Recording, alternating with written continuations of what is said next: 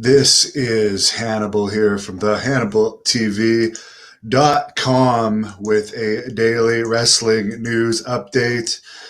A lawyer friend of mine, I don't know if he wants me to say his name or not, pointed out to me a recent WWE Treasures show that he watched that was regarding Ric Flair's famous black nature boy butterfly robe that was stolen being found. And here you can see I was actually at this event.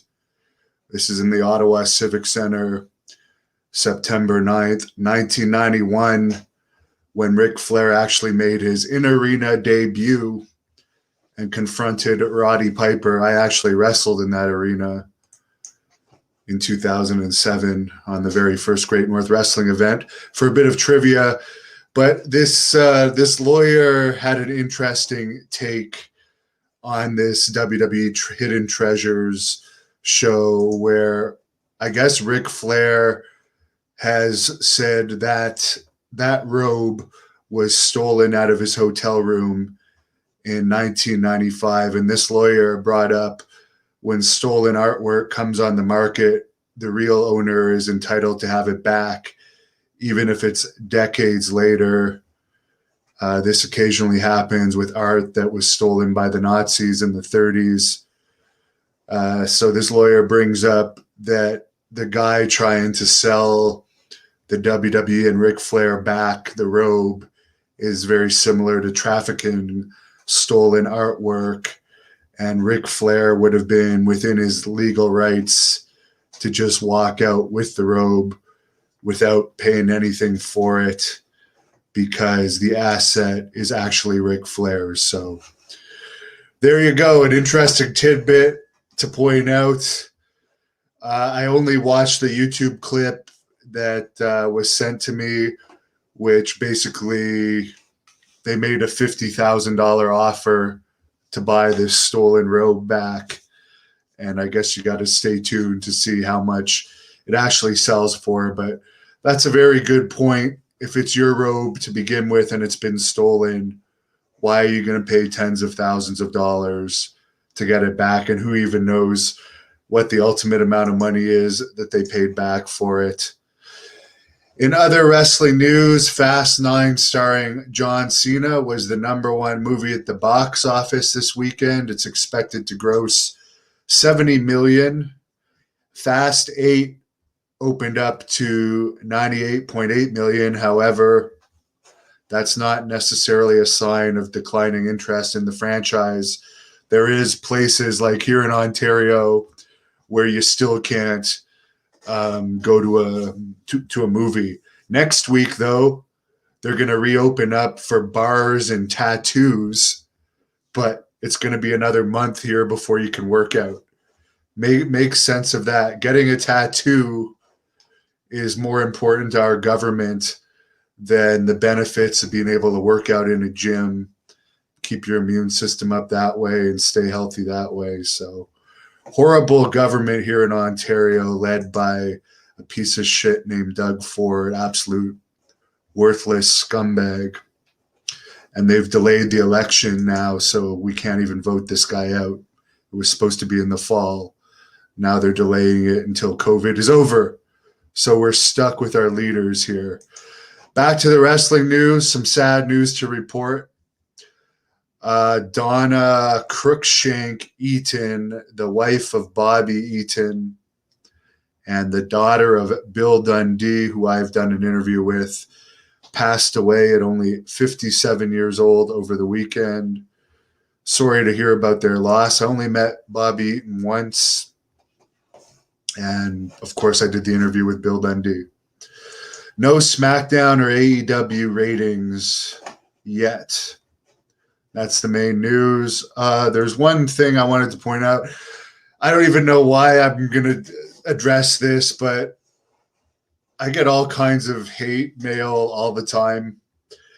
And somebody recently wrote me some hate mail when I was talking about a recent video where I brought up I was stabbed in the face and almost died, where I'm not going to get into the details of the situation. I'll save that for my book. but I put up some pictures from it that were fairly gruesome. And this person alleged that I must have been faking this because I don't appear to have any scars. Well, here's a picture taken about 3 months after that, where the scarring was a lot worse when it was still healing. And I do have a lot of scars on my face. I heal real nice, actually.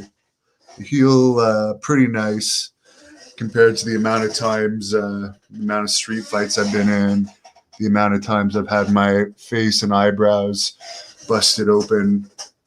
I have two very good advantages. I'm able to take a lot of punishment, and I actually heal up pretty nice.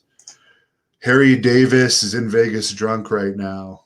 Glad you're having fun. I'm just getting back from a barbecue at my friend Sammy's house.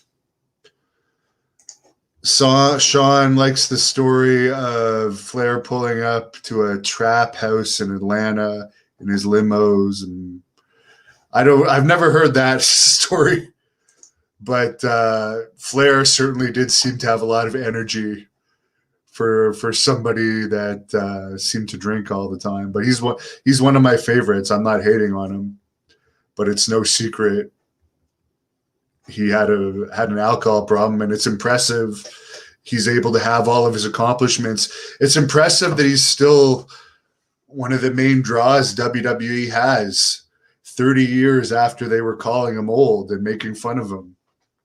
They're still using him. Colonel Quayle talks about Piper. That was the only time I ever saw Piper live, was that confrontation he had with Ric Flair. He rarely worked house shows by the time I was old enough to go to house shows. Crackman wants to see a Christy Hemme shoot. Never thought about it. Anything's possible. If you want to sponsor it for me, sure. Aaron says that's a crazy price for Robe. I'm not a collector at all, so to me, that's just a big waste of money. Polar Burst says F9 looks terrible. I can't remember the last Fast and Furious one I saw. Dennis Weber says get drunk and get a tattoo, but don't work out. Yeah, exactly. Oh, and by the way, the donut shops are open too, so you can also eat donuts and get fat. Pika23, why are they isolating us? I don't know. Makes absolutely no sense. Sean, I have done 2 UFO updates over the weekend. If you just look at the videos I posted over the weekend, you can take a look. Shane, yes, our government here in Ontario sucks, as Fred Pegg says. Doug is garbage. His brother was also an embarrassment. His brother was a big-time embarrassment and is dead now. Sorry, I'm skipped over some questions. Did Piper ever get a clean win over Flair? I don't think they ever really – they had that angle, but I don't recall them ever like having a serious feud other than that angle. It seemed like they were going to have like serious matches that might culminate on a pay-per-view, but it never happened for whatever reason. Trevor C says compound or isolation weight training. I'm so fucking sick of working out in my basement. I want to see people. I want to work out around girls. It motivates me, gets my testosterone levels up. I'm fucking sick and tired of training in my basement. I've been vaccinated for months. I was never afraid of catching this thing to begin with because I have a good immune system. Aaron, cosmetic surgery can hide scars. That is correct. And I did have 2 cosmetic surgeries on my face to fix the scarring and bumps that stab wound caused. Barbara, get Trish Stratus. She's loaded. I can't see her ever doing an interview with me. And I honestly can't see her being a good interview either. People like the controversial characters. Just because you're more famous doesn't mean you're necessarily better of an interview. I learned that the weekend I did Tank Abbott and Tito Ortiz the same week in LA. Tank Abbott literally got probably 15 times as many views as Tito Ortiz, even though in theory Ortiz is more famous. And I know at least one other YouTube channel that does shoot interviews that recently had John Cena, and they're not even at 1 million hits for the month. And my channel is over 4 million. So it's not the star power necessarily. It's how entertaining the interviews are. Billy Jack, I don't know if he's homeless. Sean, to answer your question, the last I heard from him was October 16th, 2020. He left a message saying he was calling from somebody else's phone. He wanted to wish me happy birthday, and he had no way of me calling him back. Old greatness watching on our Great North Wrestling Twitch channel. Is Jeff Jarrett still employed by WWE? Yes, he is a producer with WWE. Frank, would I ever go on Vince Russo's podcast show?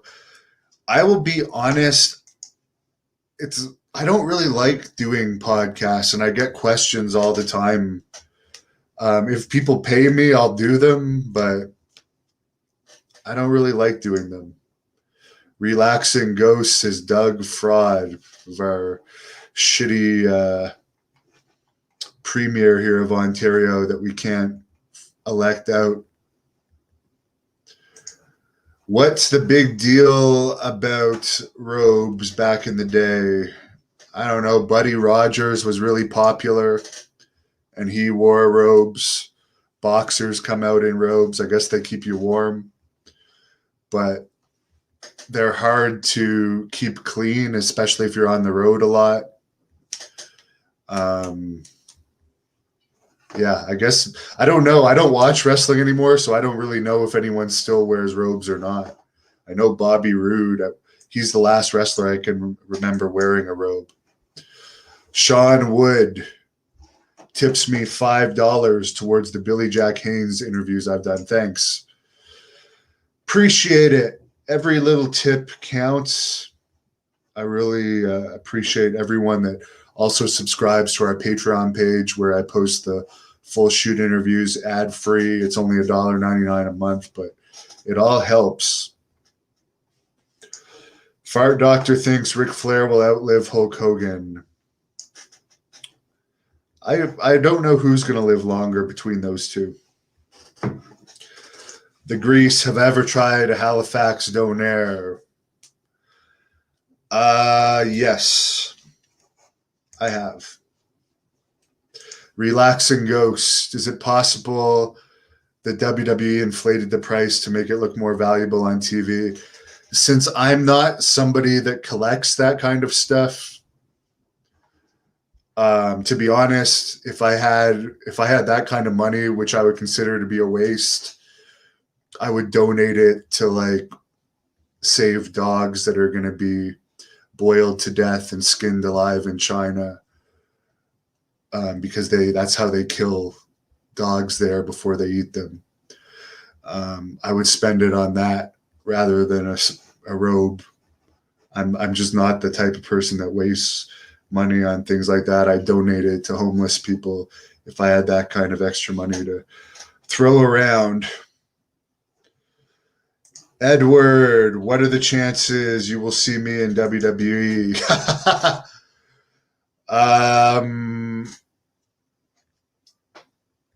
As an interviewer, or as I could see that as I get more and more popular as an interviewer, and as their current popularity keeps going down, at one point they might actually want to bring me in to be an interviewer for them. So there is a chance, but I don't see the chances being that big, and it's not something I'm really interested in. I like working for myself, but if it's an offer I can't refuse, I'm all about the money. But I would rather work for ESPN doing MMA interviews or doing like entertainment interviews than wrestling interviews, to be perfectly honest with you. Aaron, will John Cena be at SummerSlam? More than likely, yes. The rumor has it that he's going to appear on, I forget if it's the Raw or the SmackDown, the first live one in front of fans in mid-July in Texas. And then the big rumor is he's going to fight Roman Reigns on SummerSlam. So they need a big main event for SummerSlam. They don't need it because they don't need pay-per-view buys anymore because they have $1 billion from the Peacock network. But if they want SummerSlam to feel special, they need a name like Cena because none of their most famous wrestler that's currently active, I'm not counting Brock Lesnar because he's not under contract right now, is Roman Reigns. Jay Smith is not a Tito Ortiz fan. Gino, yes, the Honky Tonk Man is still around. He's actually going to be appearing as part of this event in Carthage, Texas, the Bruiser Brody Cup coming up November 5th and 6th that I'm also going to be a part of. Kevin Nash is going to be there. Sid is going to be there. Everyone, Money Incorporated, Demolition. Aaron, I do not know. I've not. That clip about the stolen robe is the only thing I've watched. So I'm no expert on merchandise.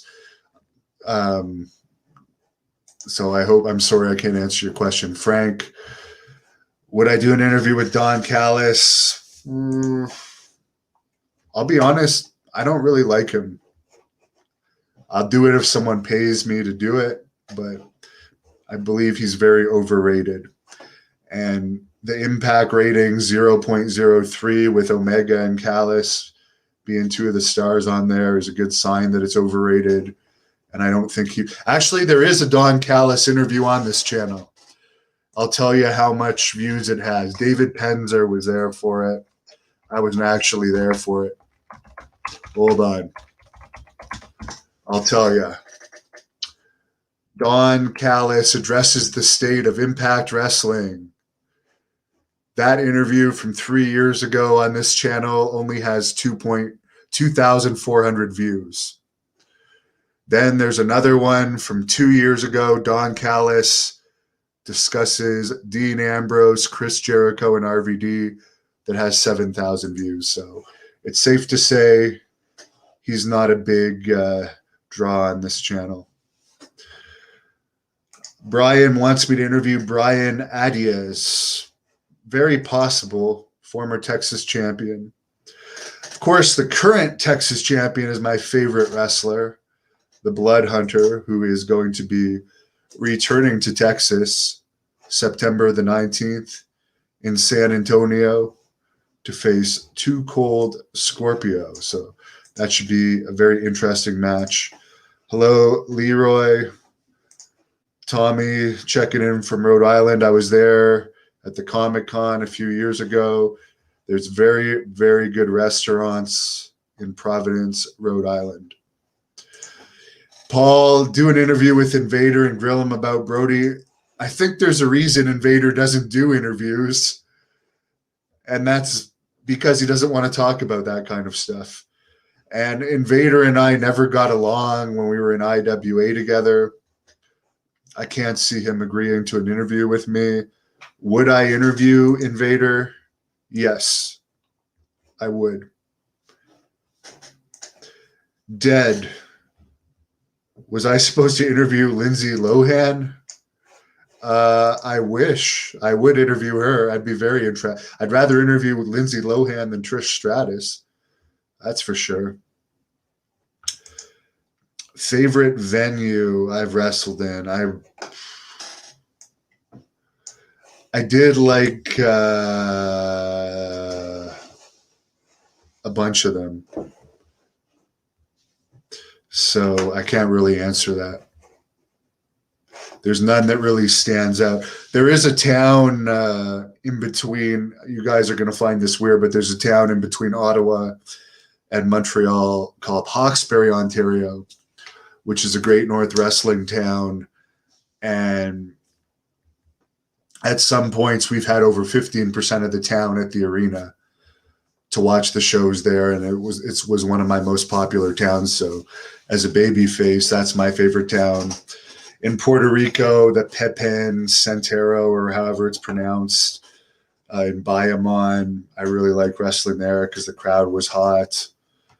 And there was another venue in Carolina, Puerto Rico, I like to wrestle in. Brian checking in from Kitchener, Ontario. Invader must pay for his sins. Well, it doesn't look like he did. Yes, Barbara, he got away with murder.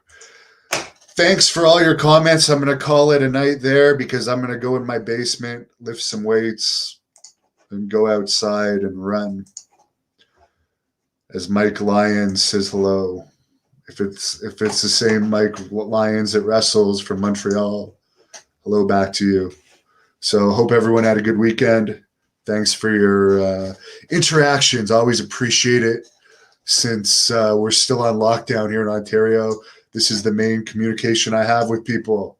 So I wish you a great night too, Leroy. Thank you for watching the Hannibal TV. Please like this video if you enjoyed it and click the subscribe button to not miss any of our latest shoot interviews, match videos, or news updates. Support us on patreon.com for $1.99 a month to watch our full shoot interviews ad-free